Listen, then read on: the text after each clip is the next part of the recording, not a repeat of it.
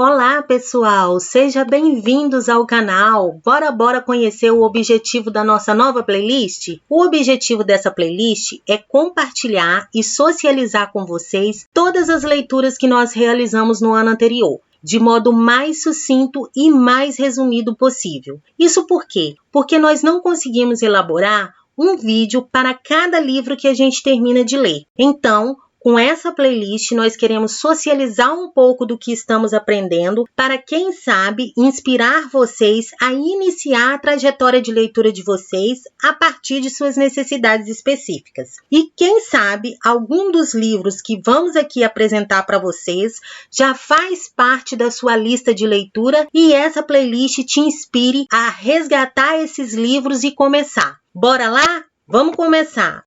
Nossa primeira leitura de 2020 foi, na realidade, uma releitura do ano anterior. E o que essa curta novela clássica do universo empresarial me ensinou?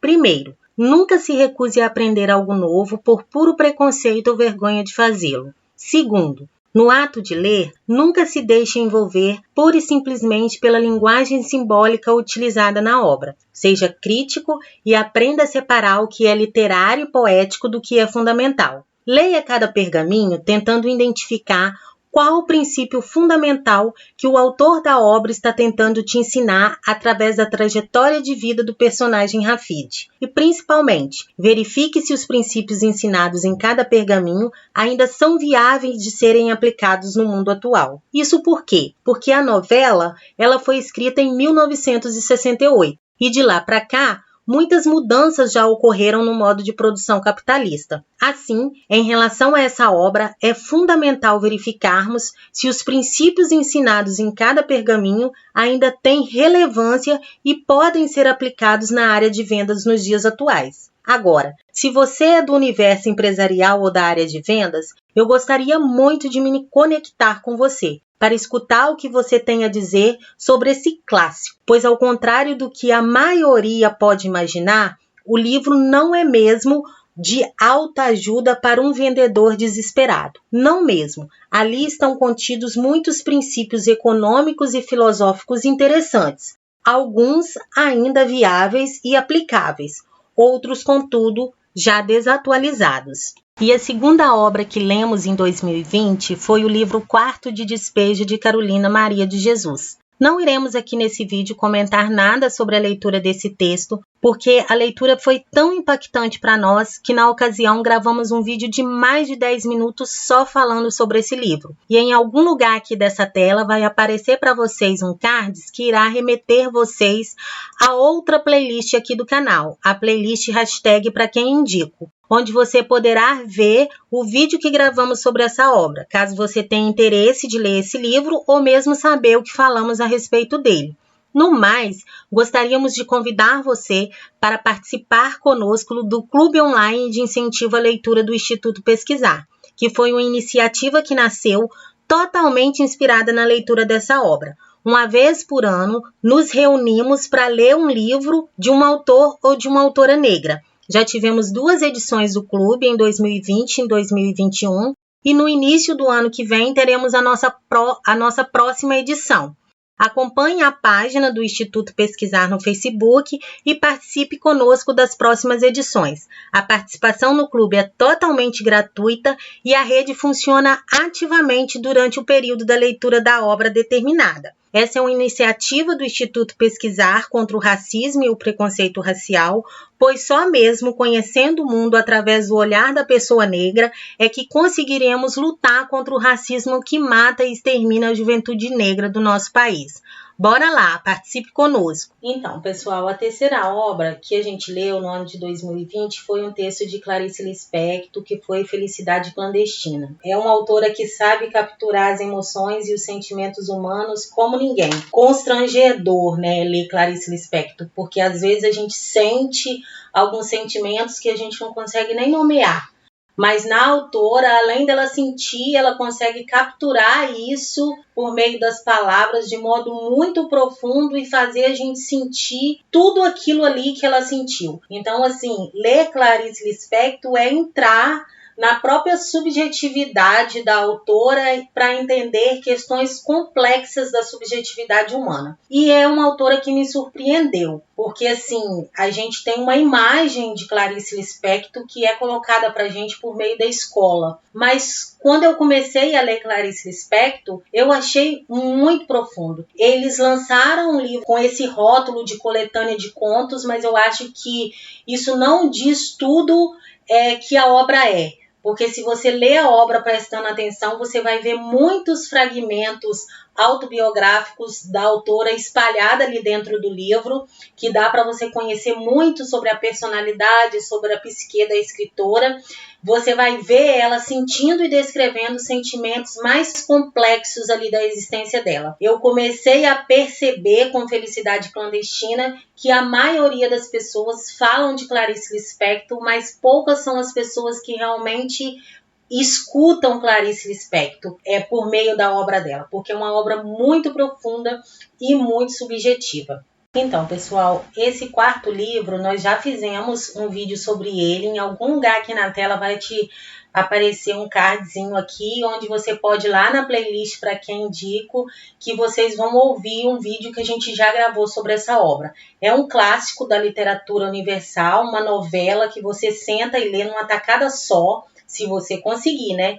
Porque apesar de ser um livro fininho e rapidinho de ler, uma leitura leve, é um livro que faz a gente pensar em questões complexas aí. O personagem, um caixeiro viajante, ele tenta aí virar a chave aí da vida dele, e por tentar virar a chave, ele vai trazer à tona várias complexidades aí existenciais, né? É um livro que nos faz pensar que quando a gente decide mudar, às vezes nem mesmo as pessoas mais próximas de nós vai nos apoiar nesse processo de mudança. Então, assim, é um livro bem filosófico mesmo e que faz a gente pensar em muitas questões existenciais e que super vale a pena a leitura. Então, pessoal, o quinto livro, eu não vou falar muito dele aqui, porque eu quero preparar um vídeo lá para a playlist, para quem indico, só para falar dele. Porque, assim, de todos os livros que eu li no ano de 2020, esse livro foi o que mais comunicou comigo, foi o mais profundo para mim, porque ele me ensinou lições de sabedoria para a vida, assim, para viver. No mais, o que eu tenho para falar é: não julgue um livro pela capa, não julgue um livro pelo autor, pelo ilustrador. E o livro é uma adaptação. Eu nunca tinha ouvido falar dessa autora. Depois que eu terminei de ler o livro, que eu fui pesquisar sobre a autora, acabei descobrindo que ela vem aí despontando no mercado editorial brasileiro, ganhou o prêmio Jabuti já, e assim, eu acho que a gente mais para frente vai ter muita coisa bacana para ler e para observar e para falar sobre essa autora. Eu acho que vale a pena a gente prestar um pouquinho de atenção nela dentro do cenário da literatura brasileira contemporânea atual. Escreve lindamente bem, tá? Apesar de ser uma adaptação da pesquisa, de uma pesquisa, o livro, eu achei fantástico. E de todos os livros que eu li, esse foi o livro assim, que mais me ensinou para a vida. Que eu quero fazer um vídeo lá para a playlist, para quem indico, só falando sobre esse livro. Então não vou me deter muito nesse vídeo, não. O sexto livro que a gente leu foi uma outra obra de Clarice Lispector, porque assim, quando você começa a ler Clarice, você não quer parar de ler mais, porque ela acaba conseguindo expressar coisas que às vezes nem você mesmo sabe nomear. E esse texto, eu acho que o título dele também, assim como o outro, não representa tudo que ele é. Trata de questões bem complexas da obra. São textos variados, a gente não pode dizer que são crônicas, nem contos totalmente ditos. São crônicas, são contos, mas não é só isso, sabe? É uma mistura de gêneros literários que você tem ali dentro, onde a autora vai se colocando aí, sempre naquele estilo dela, subjetivo, que ela te revela, mas de modo velado, assim. Sinceramente, depois de ler essas obras o ano passado e o ano retrasado sobre Clarice Lispector, poucas pessoas realmente leem a autora, assim, eu acho que com propriedade para entender a autora. Não me sinto nem muita vontade ainda em falar da obra dela, porque eu ainda estou me familiarizando ainda com a autora. Mas, assim, é muito legal você ler a obra com calma, observando esses caminhos aí que a autora faz. E só a nível de curiosidade, pessoal, é bom a gente observar que a primeira edição dessa obra e a primeira edição do livro Quarto de Despejo de Carolina Maria de Jesus foi lançada pela mesma editora no mesmo ano. Então, assim, é interessante a gente observar essas informações no momento da leitura para a gente perceber quais são os movimentos que esse mercado editorial aí vai fazendo e as preferências desse mercado editorial em relação à divulgação em massa ou não de uma determinada obra em um determinado autor. A nossa 7ª leitura realizada no ano de 2020 foi, na realidade, uma releitura desse clássico de Paulo Freire. E se vocês prestarem atenção no subtítulo da obra, vocês perceberão que todo o texto está organizado de modo a nos apresentar os saberes necessários que Paulo Freire considerava para a realização de uma prática educativa libertadora.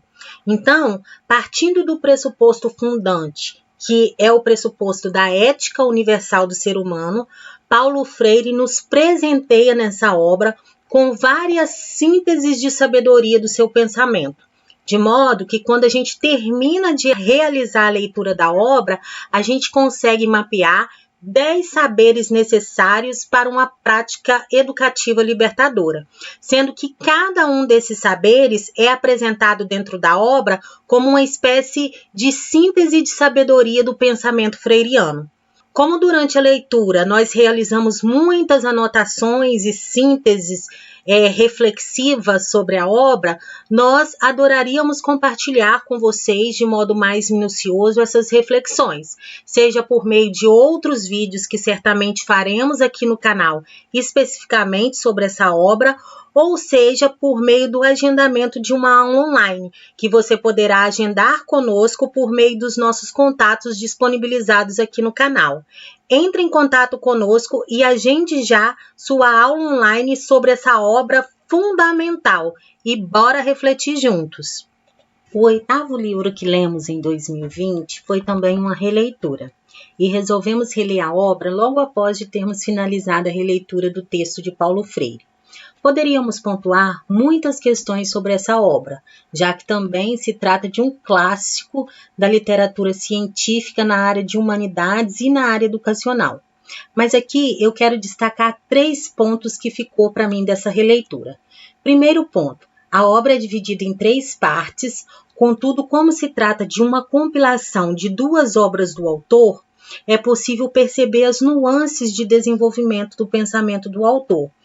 Ou seja, não dá para ler a obra sem considerar as vivências do pesquisador e o modo como essas vivências de socialização de suas pesquisas vão recriando ou realinhando as suas pesquisas e suas reflexões sobre os temas. Segundo, sempre que uma grande obra é abraçada pelas instâncias estatais, precisamos ter muita atenção crítica em relação aos conceitos que são apresentados e desenvolvidos nessas obras. Isso por quê? Porque isso tem relação com a história da estética da recepção da obra. Daí a necessidade de ler atentamente e criticamente tudo o que é posto e colocado dali. E não apenas ler e querer reaplicar num contexto pedagógico, vamos dizer assim. O terceiro ponto é que se Paulo Freire ele começa a obra falando de ética, Morin ele vai fechar o texto falando de ética. Só que em Freire, a ética é pressuposto fundamental da vida e, consequentemente, para o exercício profissional do educador. E em Morin, a ética é trabalhada nesta obra a partir do conceito de antropoética, que também está relacionada com a vida. Mas aqui o autor vai questionar sobre a formação do educador. Então ele vai perguntar na obra, horas, se o educador educa ou é responsável por formar todo mundo, quem é que educa ou forma o educador? Poderíamos pontuar outros pontos também dentro dessa leitura. Mas para que esse vídeo não fique longo demais e cansativo demais, nós vamos ficar por aqui. Mas caso você esteja aqui acompanhando ainda a nossa fala nesse vídeo e queira deixar os seus comentários, caso você esteja lendo a obra, nós ficaremos felizes e agradecidos de ler os seus comentários e aí a gente pode crescer e pensar junto. E o 9º livro que lemos em 2020 foi escolhido por se tratar de um ano eleitoral. Então, essa é uma dica de leitura importante. Tente incluir em suas listas de preferência de leitura obras que dialogam com temas ou demandas históricas concretas de sua realidade social. Assim, você pode, ao mesmo tempo, se manter atualizado em relação aos temas e debates da sociedade e ainda aproveitar para tentar relacionar esses debates sociais com suas vivências profissionais. E esse foi mais ou menos o movimento que eu fiz para incluir e priorizar essa leitura na minha lista e de preferência o ano passado. Agora, além da dica de leitura, o que eu posso considerar sobre esse livro é que o mesmo me proporcionou uma experiência de leitura muito curiosa. Eu literalmente passei mal fisiologicamente ao ler a obra. Olhar este momento histórico importantíssimo da democracia brasileira por meio dessa lupa realmente me maltratou um pouquinho, porque há coisas que são insuportáveis de serem digeridas na obra. Sobre este livro, foram dadas muitas opiniões curiosas na imprensa jornalística na época do seu lançamento, e uma delas eu destaco aí na tela para vocês. E assim, diante dessa opinião, não preciso dizer mais muitas palavras, porque para quem conhece um pouquinho de história recente da democracia e da política brasileira, essa citação por si só já é muito informativa e diz muita coisa sobre a obra. Então vamos lá para a nossa 10ª e última leitura realizada no ano passado? Então, pessoal, o último livro que nós lemos no ano passado foi uma obra de Raquel de Queiroz. E eu confesso que eu me surpreendi um pouco negativamente com uma obra em relação à escrita literária da autora. Eu fui com muita expectativa, porque nunca havia lido nada da autora. E como se trata de uma escritora muito renomada, de uma tradutora que traduziu obra importante da literatura russa para o português, por ser a primeira mulher a fazer parte da Academia de Letras, então a gente vai e se aproxima com muita expectativa dessa leitura e dessa obra. E aí eu confesso que a instabilidade da beleza e criatividade da escrita literária dentro da narrativa me surpreendeu um pouco negativamente. Em alguns momentos da narrativa, a beleza ficcional e a criatividade da escrita literária da autora é muito linda e grandiosa, como no momento que ela narra a morte do personagem Josias, por exemplo. Contudo, em outros momentos, a narrativa cai muito em nível de criatividade e beleza artística. E aí, esses picos de oscilação e de instabilidade na beleza literária ficam muito perceptíveis e incomodam, ou pelo menos me incomodou um pouco no momento da leitura. Agora, tirando esse aspecto aí que me surpreendeu negativamente, eu gostaria de considerar 3 pontos que eu considerei e considero bem importantes na leitura dessa obra. O primeiro ponto é a questão dos campos de concentração da fome devido à seca, que a historiografia brasileira já conseguiu resgatar algumas informações históricas sobre esse capítulo importante da nossa história e que esses campos de concentração aparecem aí dentro da narrativa da autora. Então, eu penso que a gente precisa dar uma atenção especial a essa informação, já que a obra é datada na data de 1930, e o que a historiografia resgata para a gente é de 1932, 1933. Então, eu acho que a gente deve dar uma atenção especial a essa informação dentro da obra. O segundo ponto que merece destaque é a personagem Dona Inácia. pois por meio dela a gente pode imaginar e ter uma noção, uma visão geral de como a sociedade brasileira ainda se comportava em relação às relações sociais e de convivência no que se refere à questão da escravização das pessoas, já que a escravidão tinha finalizado em 1888 juridicamente e a data do texto é de 1930. E o terceiro ponto que eu gostaria de destacar para finalizar é a questão dos diálogos entre a personagem Conceição, que é a professora, e o seu par romântico. Por quê? Porque por meio desses diálogos a gente pode refletir sobre algumas questões importantes relacionadas ao feminismo e também relacionada ao socialismo. E é isso, pessoal. Se vocês gostaram desse vídeo, eu gostaria de solicitar para vocês compartilhar aí nas redes sociais de vocês, para que a gente possa impulsionar o nosso canal e fazer esse vídeo chegar a um maior número de pessoas. E nós aguardamos vocês lá nas nossas redes sociais, no Facebook e no Instagram.